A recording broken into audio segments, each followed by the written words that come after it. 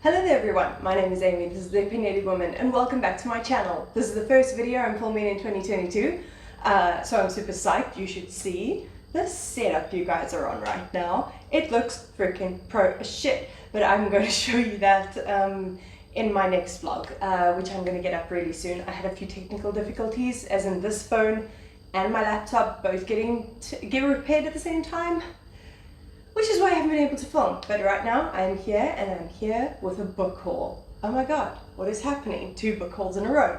I hope you guys won't mind, because these are both low cost book hauls. They're not very extravagant. This whole pile, except one, has been borrowed and the other one has been gifted. Sweating my tits off. It is so hot today.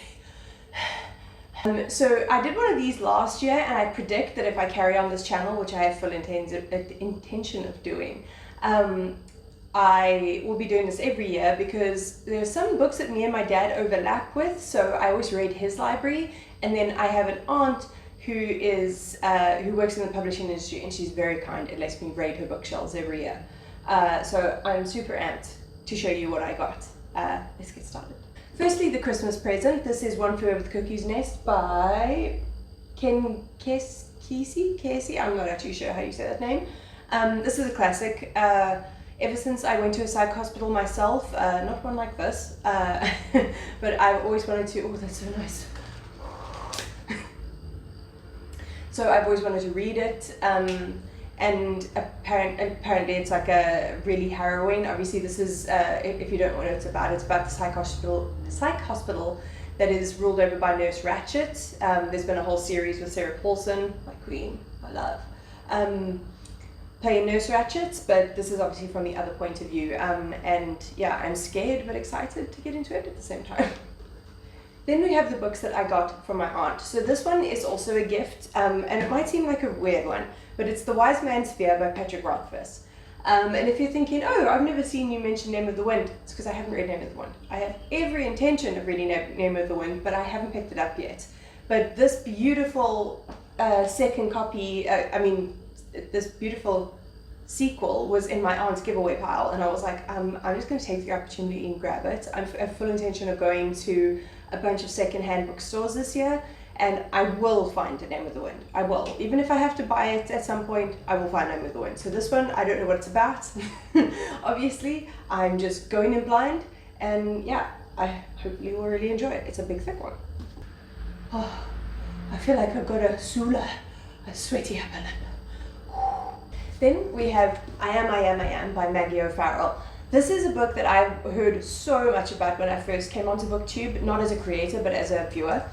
And this is her memoir, her 17 Brushes with Death, and it goes from like the smallest thing to something quite major. And it's just her telling her memoir through these quite harrowing tales. I think I don't know very much about it besides that. I kept it, most people keep their reviews pretty scant, and it is memoir after all. So I've been wanting to read this for years, and now I can. Speaking of books I've been wanting to read for years, we have Such a Fun Age by Kylie Reid.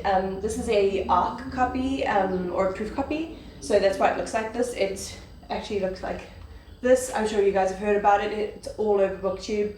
It is about a black nanny who goes into a convenience store with the white child that she babysits for, and she gets stopped by security. And I think it goes into race, it goes into social commentary, and the bias that the world has against people of color, and all of that kind of thing. I've heard it's absolutely incredible. And also, just as a very shallow side note, how foxy is this author? Super duper foxy. This one I actually have dived into a little bit this morning, but I'll let you guys know how it goes. Then I have Midwinter by Fiona Melrose. This I know very little about yet again, but it is by Fiona Melrose, who is a South African author. I read her book Johannesburg last year, so as soon as I saw that Julie, my aunt, had Midwinter, I was like, I'm just going to pick it up, sight unseen. It's got something to do with a family from Suffolk who have their roots in Zambia, and my mom is actually Zambian, so I thought that would be very cool. And that is quite a big link between Zambia, South Africa, Zimbabwe, and the UK. So yeah, I'm excited. This is her debut, but yeah, it's intriguing going in not knowing anything, but knowing that I like this author's writing. Then this one I have absolutely zero idea. Now we're going into my dad's books, and this is an instance of the Fingerpost by Ian Pearce. And I don't even know. It says it has the pleasures of Agatha Christie with the intellectual subtlety of Umberto Eco, which is very interesting. I think it's a historical fiction. Yes, set in the 1660s, a time and place of a great intellectual, scientific, religious, and political ferment. This remarkable novel centers around a young woman, Sarah Blundy, who stands accused of murder. 4 witnesses describe the events around his death.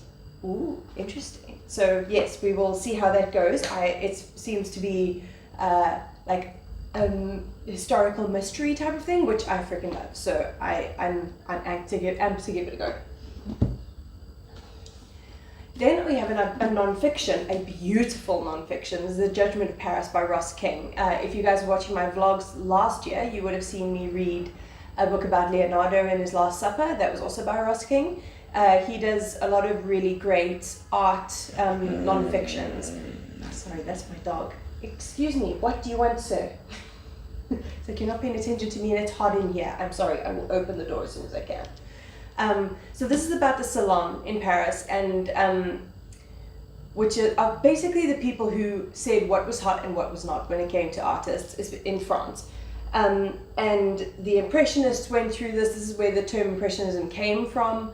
So it's all about that whole history and how it was to be a painter at that time. And I know very, very little about that history. And this book seems to get into it in detail. And Ross King is so thorough, but not boring about his topics in the slightest. So I think if I'm going to be reading anything about this topic, he is the guy to read it from.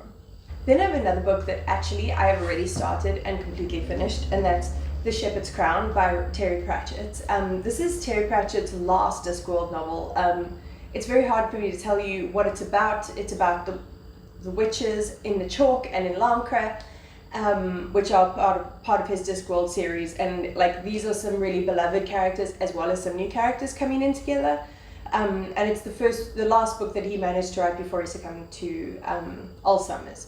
I've been reading his books since I was a child. We had them all on audio. Nigel Planer and Terry Robinson were always in my head listening to these absolutely mad stories. And this is one that features the Feagles, which are the little blue men that speak like wee Scottish laddies, and they are so funny. And this book is really bittersweet, but it was a beautiful way for him to end. I'm not supposed to be giving a review here. I got Terry Pratchett's last book. And the final book I borrowed from my brand new stepmother. She's not brand new, she's just new to being my stepmother, as of December the 21st last year. And she has lent me The Thursday Murder Club by Richard Osman. And I've been hearing a lot about this book. I mean, the writer himself is a very well-known comedian who does like the circuits. Can these people not play blasting music outside my house when I'm trying to film? But yeah, the author himself is a comedian, and he came out with this book, and I find him very, very funny. He's on all those circuits like Would I Lie to You and QI and Taskmaster and things like that. So he's really, really funny, and he wrote a good old murder mystery. I think it's a murder mystery. Yes, brutal killing. Okay, it's a murder mystery. And I think that's a great combination. When I saw it on my stepmother's thing, I was like, can I borrow that? So I am amped that everyone was this generous and lent me so many books. And that is the final one. I am a sweat bucket. I'm literally sweating from places I didn't know I could sweat from right now. So I'm going to wrap this up.